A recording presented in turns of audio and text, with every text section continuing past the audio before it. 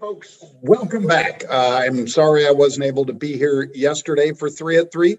I was moderating a panel with the head of ABRA over at Battlefin, the conference for alternative data and digital assets that's going on over on the Intrepid. About 1,000 people over there looking for alternative data to help them manage risk and to leverage up, I guess, as well as, of course, a lot of digital assets. Bill Barheit, almost got that wrong. Bill Barheit, the CEO of ABRA, was the man I was on stage with at the time when I would have been doing 3 at 3. So, Bill, thank you. You did a great job, especially describing the macro picture for cryptos, which isn't quite as bad as you guys may have thought. And this has happened many times in the past, by the way. Those of you who are crypto OGs know what I'm talking about. But let's get started with today's 3 at 3 for the 16th of June, 2022.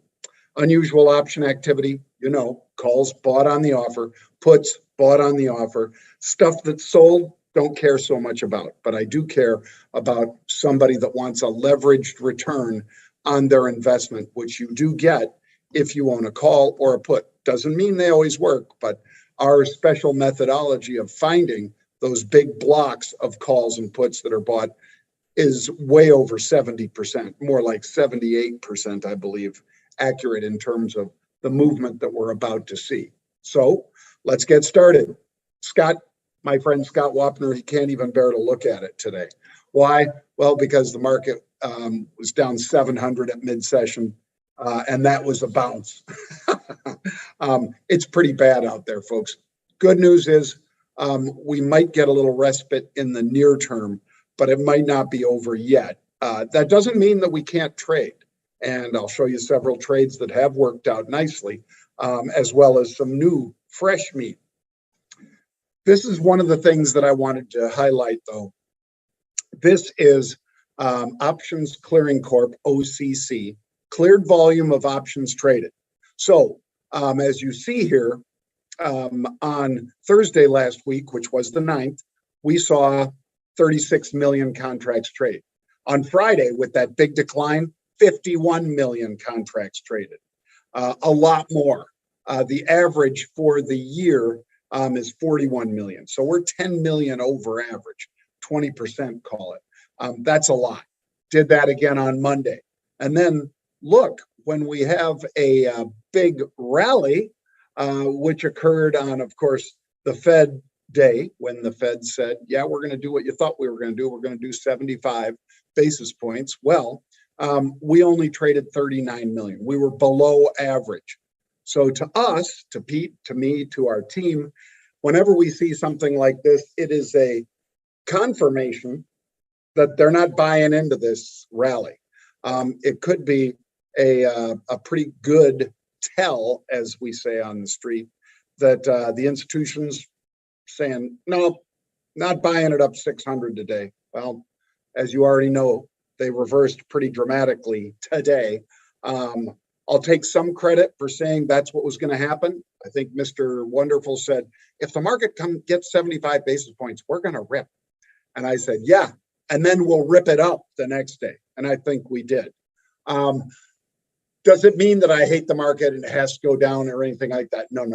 But it does mean that there was not really new information yesterday in what the Fed did, other than that they're behind the curve and they're trying to accelerate to catch up.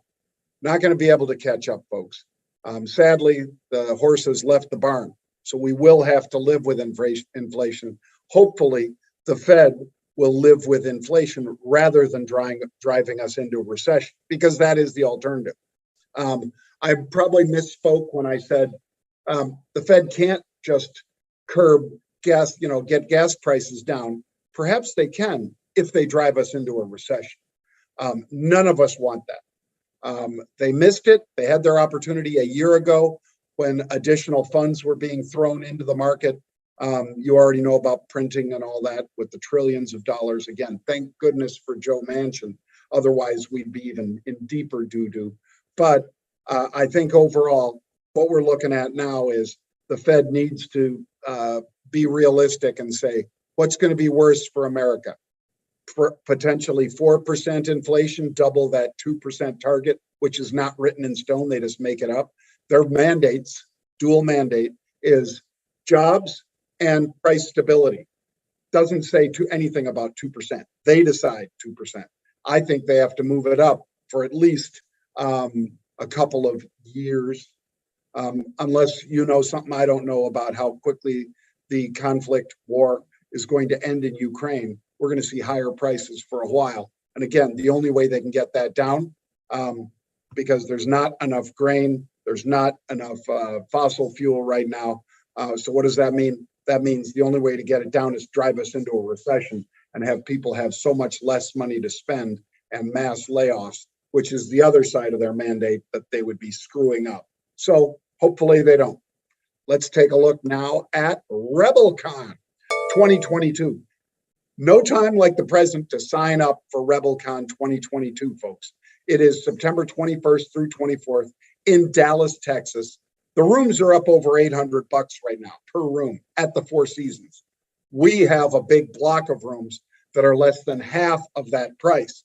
So if you want to sign up, do it now. When those rooms are gone, they're gone. You know, they don't just make them up like the Fed printing money. They can't. So Rebelcon 2022, marketrebellion.com/Dallas. That's marketrebellion.com/Dallas for more. All right, here's a couple that worked out pretty well. Take a look at that. That would have been what? Was that Monday last week or Tuesday last week? Something like that. With the XLE at 91, a lot of 82 puts got bought. 7,000. That's 700,000 share equivalent. So what did we do? We bought puts. We said, looks like they're going to try to jawbone and or push crude oil down, and they have. As you see today, a 5% drop. That's from today, folks. 5% drop, 78.33. Bang! Made some nice coin on this one and protected my energy portfolio, thank goodness, with these puts. You can do the same. Go to marketrebellion.com/get started to learn how. Second one, how's this one working out?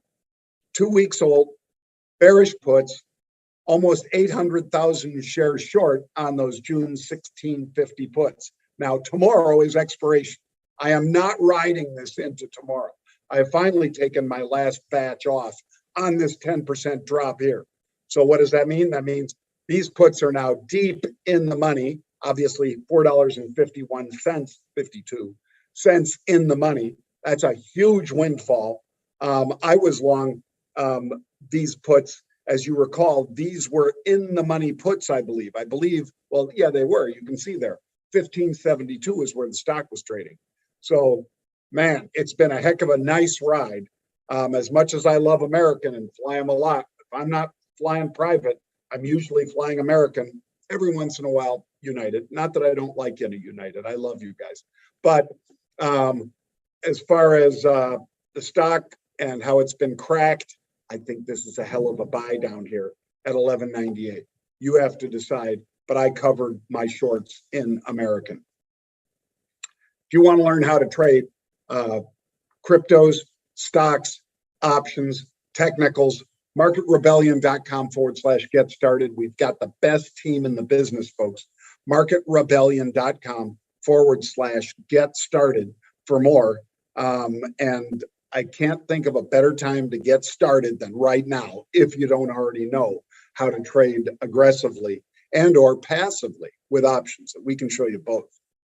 All right, first one today was RIG, R-I-G. Stock was $3.64. They're giving themselves a lot of time, but they bought 2 million share equivalent. So 2 million share equivalent, because 20,000 options, every option is for 100 shares. So that means 2 million shares times $4, $8 million purchase. Yeah, you bet that gets my interest. Also, I think we're going higher into the end of the year for energy. So buying it on this dip, I like it. 20,000 of those November 4 calls. You got to decide how you want to play it. I'm in. Second one, Starwood, STWD.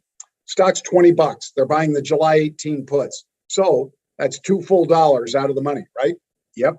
I'm buying at the money and selling out of the money against it. So that's where I buy a put at the money, like the 20 strike, and sell a put at the lower strike against it. Cuts into time decay, which is accelerating in this trade, and it cuts into how much money I have to put up. I'm defining my risk on entry rather than, oh, I bought this stock and then it went down 30%. Didn't really define your risk very well if you did that. But with this one, you could get into the option trade, know that you have a small amount at risk that you can hopefully turn into double or triple that. That's the way we play. Bang, Starwood. Third and final, Synchrony Financial. They're buying puts in a financial again. Does that mean that maybe rates pull back a little bit? Maybe, or maybe, I'm sorry, does that mean that rates continue higher? Sorry, because this is the financial, so they benefit from higher rates. They are buying the July 27 puts with the stock at almost 28. So about $1 under where the market is trading. It's a bearish trade. Again, short term, make sure that you address time decay if you decide to play in this one. I am in Synchrony Financial puts, SYF. Bang, that's going to do it for us today, folks. If you would like to, by all means, check out marketrebellion.com/get started. We can help you out. We got mentors, we've got coaches, we've got distance learning, so you can watch on your computer, your iPad, your iPhone, and go through various lessons and learn how not to get destroyed in options, how to use them effectively to make you money instead of something that works against you. And make sure you check out that marketrebellion.com/Dallas if you want to join us September 21st through 24th at the Four Seasons in Dallas, Texas. Bang. Thank you, folks. Have a great day. I'll see you tomorrow.